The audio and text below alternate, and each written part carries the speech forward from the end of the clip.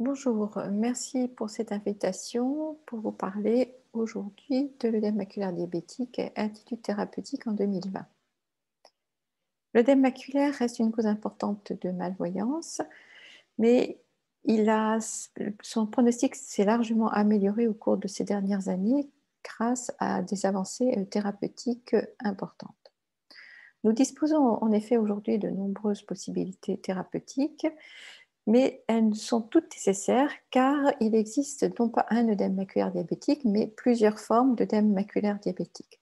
En effet, la pathogénie de l'œdème maculaire est complexe, elle combine plusieurs mécanismes pathogéniques et seul un bilan préthérapeutique complet nous permettra d'identifier le mécanisme prépondérant et guider le choix thérapeutique. En effet, l'œdème maculaire diabétique est lié à plusieurs mécanismes. Il est avant tout lié à une rupture de la barrière hémato-rétinienne interne sous l'effet de différentes cytokines et du facteur du VEGF. Il s'y associe des altérations des mécanismes de réabsorption par les pliants pigmentaires et les cellules de Muller. Mais l'œdème maculaire, la perméabilité capillaire peut être aggravée par différents facteurs, des facteurs systémiques, ainsi tout facteur qui va augmenter la pression hydrostatique ou diminuer la pression oncotique va aggraver l'œdème maculaire, tel que l'hypertension artérielle, l'insuffisance rénale.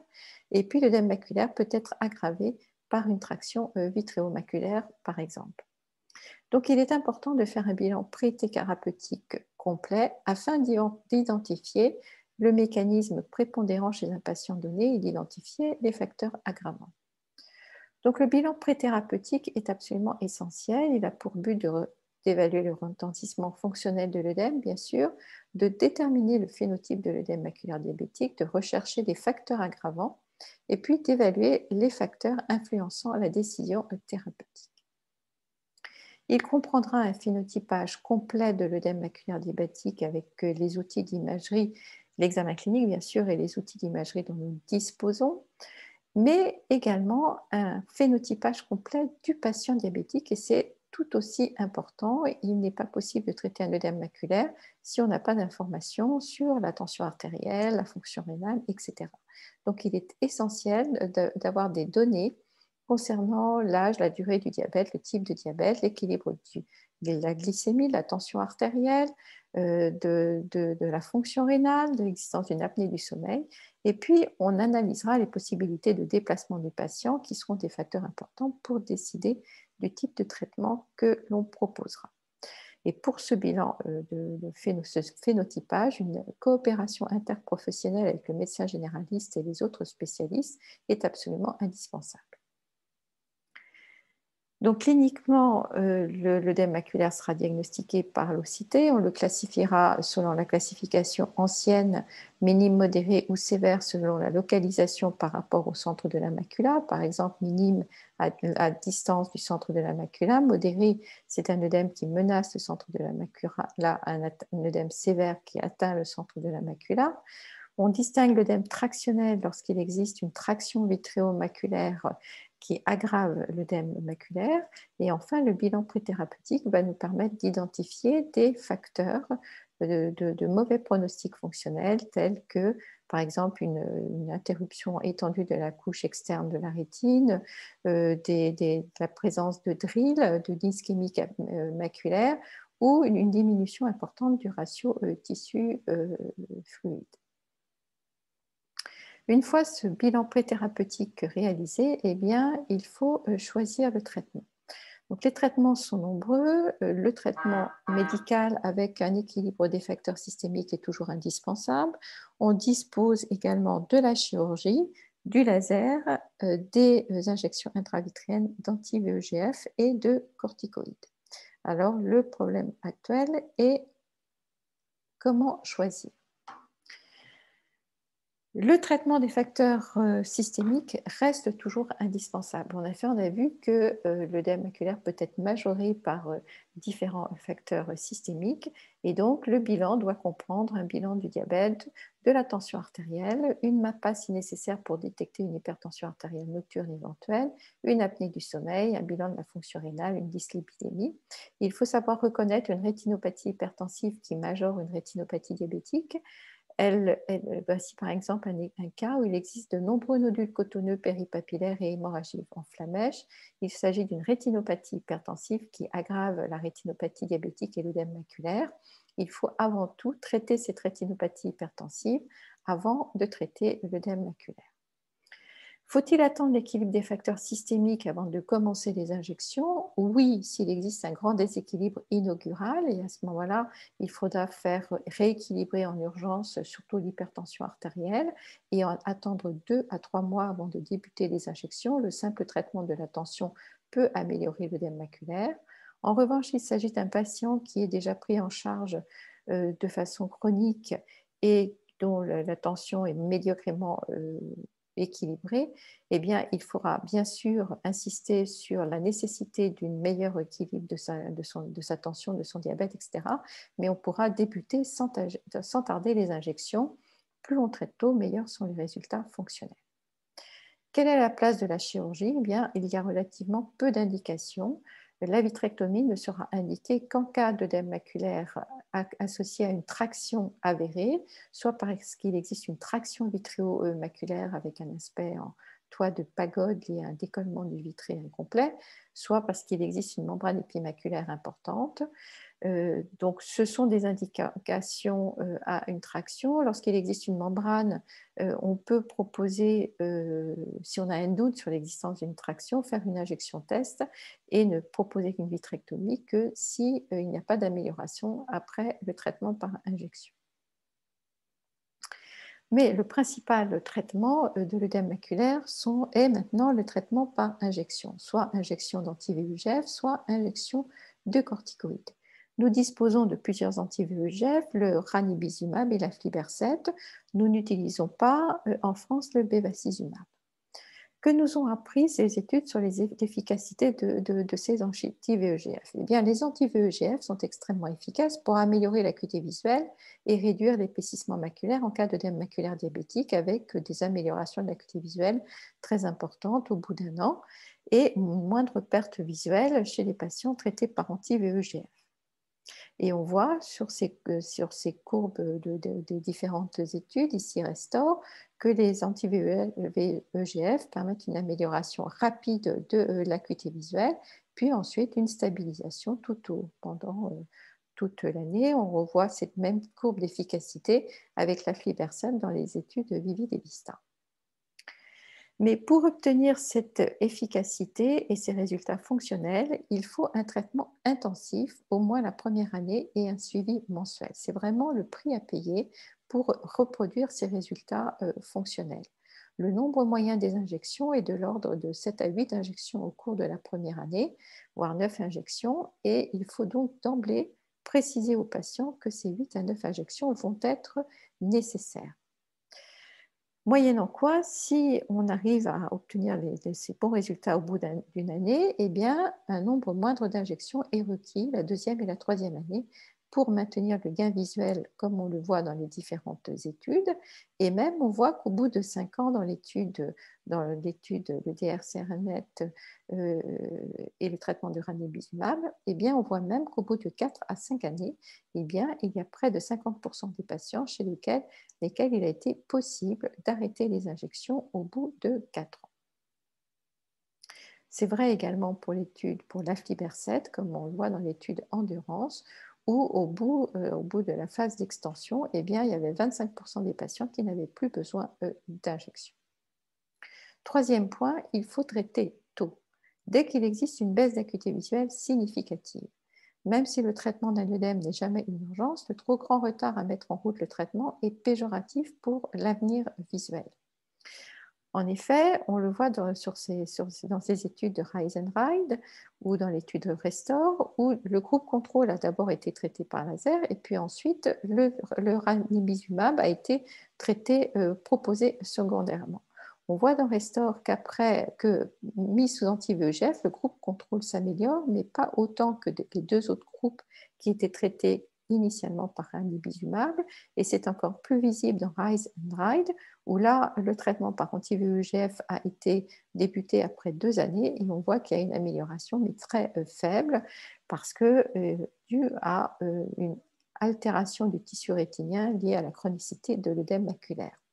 Donc, il faut traiter précocement et personnellement, je traite dès que l'acuité visuelle est inférieure à 7 dixièmes par INO 3. Ceci a été confirmé par le protocole T.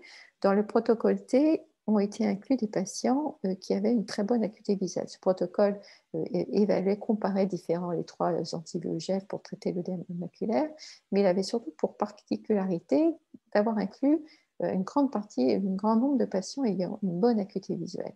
Et là, on voit que chez les patients dont l'acuité visuelle initiale n'était pas bonne, était inférieure à 4 dixièmes, eh bien, l'acuité visuelle finale plafonne aux alentours de 5-6 dixièmes.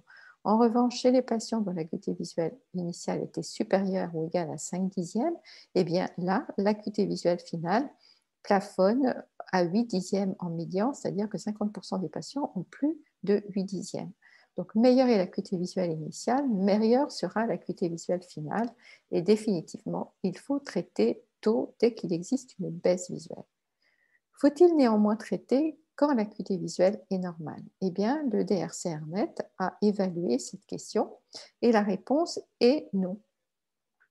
Dans cette étude ont été comparés l'aflibercept, le laser et une surveillance, avec comme critère une perte d'acuité visuelle à 2 ans, et bien que finalement, il n'y a pas de différence entre les trois groupes en termes d'acuité visuelle à 2 ans, la surveillance sans traitement semble être une alternative raisonnable tant que l'acuité visuelle est normale, il n'y a pas d'intérêt fonctionnel à commencer le traitement lorsque l'acuité visuelle est normale. Alors, comment utiliser les anti-VEGF en pratique? Donc, ils ne sont indiqués qu'en cas d'œdème sévère atteignant la région centrale associée à une baisse d'acuité visuelle. Le traitement sera guidé à la fois par l'acuité visuelle et l'OCT, et pour obtenir un bon résultat, le traitement devra être intensif, précoce et prolongé. Alors, on effectuera un traitement test par induction par 4 à 5 injections mensuelles. L'induction doit être toujours 4 à 5 injections. Donc, en pratique, on va réaliser 3 injections, s'assurer par un contrôle d'acuité visuelle et d'OCT que le patient est répondeur. Ça donne une bonne idée de ce que sera le résultat final. Et puis, dans tous les cas, on va consolider le traitement par 2 injections supplémentaires. Même si on a obtenu un résultat maximal avec 3 injections, il faut consolider et donc clairement, l'induction, c'est 4 à 5 injections mensuelles. Alors ensuite, plusieurs possibilités. Soit l'œdème maculaire a disparu sans amélioration de l'acuité visuelle. Eh bien là, on peut arrêter, il n'y a pas d'espoir d'améliorer l'acuité visuelle du fait d'altérations irréversibles du tissu rétinien. On fera seulement une injection de temps en temps pour maintenir le tissu rétinien sec. Deuxième possibilité, au bout de ces 5 injections, l'effet est maximal, c'est-à-dire que l'œdème a totalement disparu, l'acuité visuelle s'est améliorée. Eh bien, on poursuivra le traitement. Il ne faut pas l'arrêter, on poursuivra le traitement soit en PRL, soit mieux en tritane externe avec un espacement progressif des injections. Et une tentative d'arrêt au bout de, lorsqu'on aura espacé de 4 à 5 mois les injections, on reprendra ces injections en cas de récidive de l'œdème maculaire. Troisième possibilité, au bout des 5 injections, il existe une amélioration partielle. Donc, à ce moment-là, on va poursuivre les injections mensuelles jusqu'à obtenir l'effet maximal et puis on espacera. Mais il faut savoir que dans environ 20% des cas, il ne sera pas possible d'assécher l'œdème maculaire complètement et on pourra tolérer un petit œdème résiduel. Enfin, quatrième possibilité, c'est l'échec. Il n'y a aucune amélioration visuelle ou anatomique après les 5 injections initiales. Et donc là, après ces 5 injections d'induction, on peut switcher vers un autre traitement lorsqu'on ne voit aucune amélioration. Quel anti-VEGF? Le protocole T a comparé les 3 anti-VEGF, aflibercept, bevacizumab et ranibizumab. Attention, il a comparé avec la dose ranibizumab 0,3 mg et non 0,5 mg que l'on utilise habituellement. Donc, en conclusion de ce protocole, les 3 anti-VEGF sont efficaces pour traiter la baisse visuelle, Quand la perte visuelle initiale est faible, il n'y a aucune différence entre les trois traitements. Lorsque la perte visuelle est plus importante, l'aflibercept est plus efficace au cours de la première année, mais à 2 ans, il n'y a plus de différence entre l'aflibercept et le ranibizumab. Et puis, il semblerait que, les trois antibiotiques sont efficaces, mais que le bevacizumab a un effet moins asséchant sur l'œdème maculaire que le ranibizumab et l'aflibercept. Donc, en pratique, l'aflibercept semble avoir un effet plus rapide que le ranibizumab 0,3, mais le ranibizumab 0,5 n'a pas été évalué. Donc, le ranibizumab, non, maintenant, voilà, a l'avantage d'une présentation en seringue pré-remplie, mais maintenant, vous savez que c'est également le cas de l'aflibercept. Donc, le choix sera laissé aux praticiens entre ces deux différentes molécules. Quand et comment switcher? Eh bien, on envisagera un switch en cas d'efficacité insuffisante du traitement initial. C'est-à-dire, en pratique, au bout des 5 injections initiales, lorsque le résultat n'est pas suffisant, c'est-à-dire que lorsqu'il n'y a pas d'amélioration de l'acuité visuelle et pas d'amélioration de réduction de l'épaississement maculaire, eh bien, on peut envisager un switch qui se fera d'un anti-VEGF à l'autre si le sujet est jeune et FAC, sinon en changeant de classe thérapeutique dès que le patient est un peu plus âgé. Et puis, c'est pareil, on pourra envisager un switch en cas d'impossibilité de réduire la fréquence des injections lorsque on a commencé un traitement et puis qu'on voit qu'on ne peut pas, même s'il est efficace, mais qu'on ne peut pas arrêter les injections, au bout ou d'un an, 18 mois, il est tout à fait licite d'envisager de changer de traitement. La deuxième classe thérapeutique dont nous disposons sont les corticoïdes, soit avec l'implant de dexaméthasone, soit avec un implant d'acétonite de fluocinolone. L'implant de dexaméthasone, et donc son efficacité a été démontrée par l'étude MID, il a un effet puissant et rapide, durable de l'ordre de 3 mois. Le bénéfice visuel s'estompe avec le temps du fait de l'effet de la cataracte chez le patient FAC, mais par contre, il se maintient chez le patient pseudo-FAC. L'utilisation des corticoïdes est limitée par les effets secondaires, une chirurgie de la cataracte qui est quasiment nécessaire dans tous les cas après 2 ou 3 ans, et puis une hypertonie oculaire qui apparaît dans environ 30% des cas, qui est avec l'implant de dexaméthasone, le plus souvent modéré, traité par une mono ou une bithérapie hypotonisante, le risque de chirurgie filtrante étant faible. L'implant de dexaméthasone est pour moi le traitement de premier choix chez le pseudo-FAC. Il est contre-indiqué en cas de glaucome non contrôlé ou en cas de glaucome sur bithérapie ou plus ou en cas d'antécédents oculaires infectieux.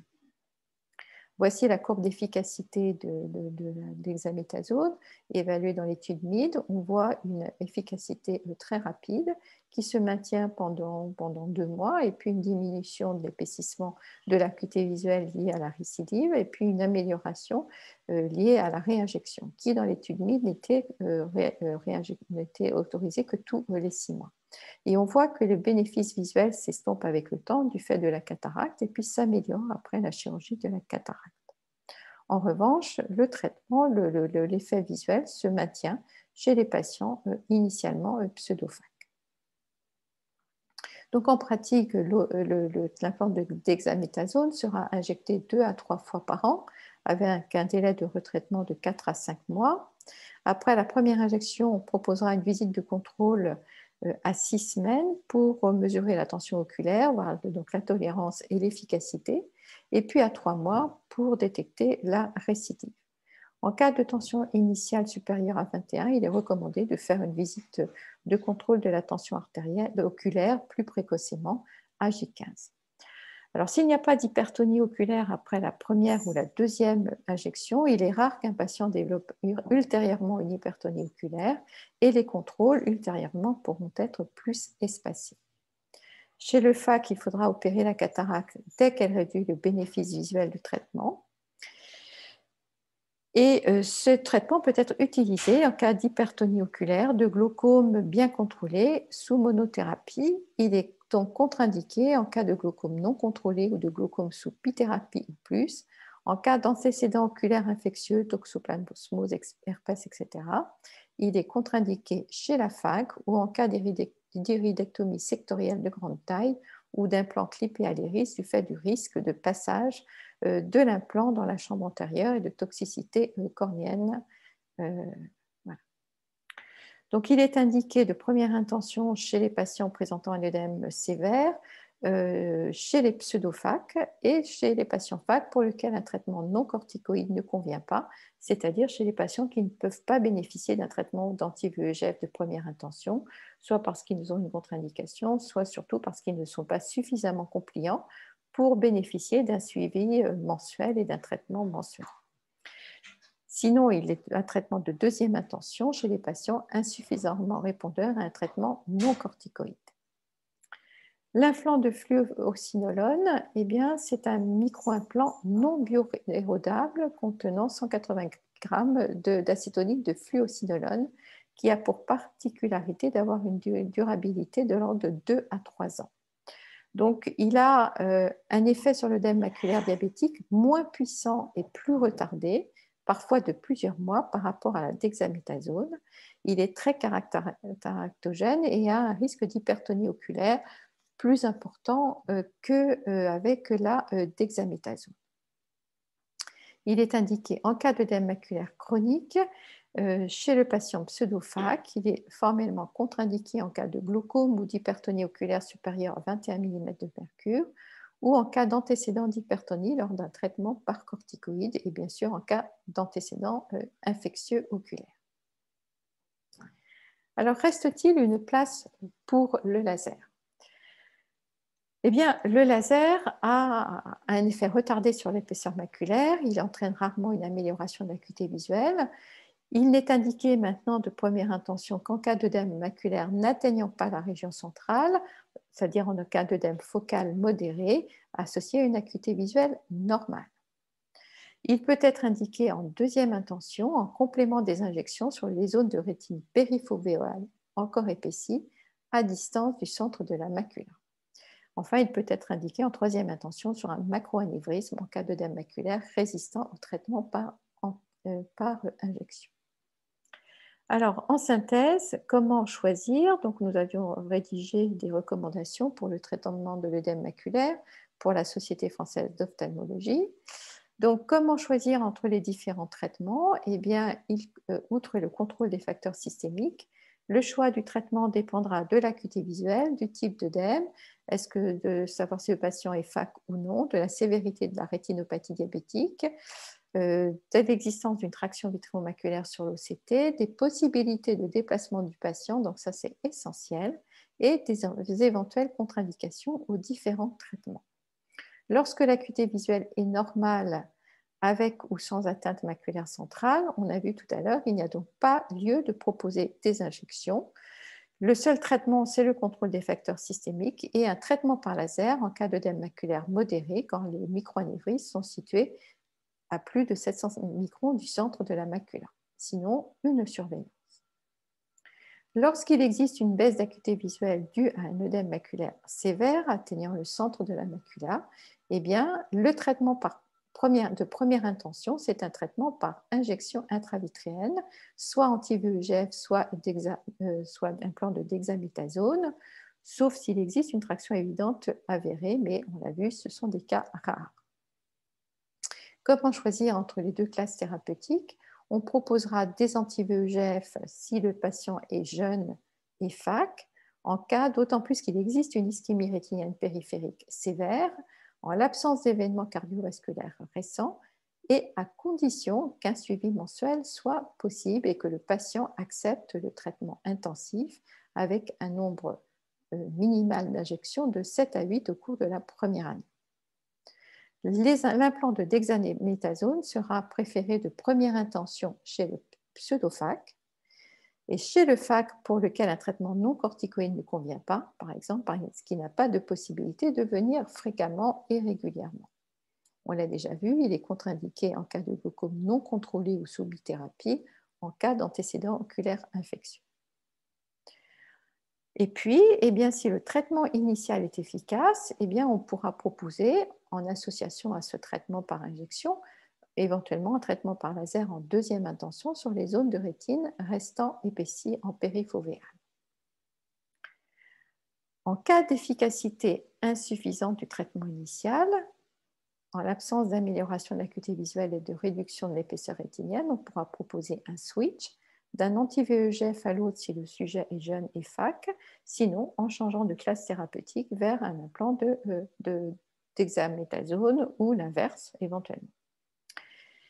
Idem en cas d'impossibilité de réduire la fréquence des injections.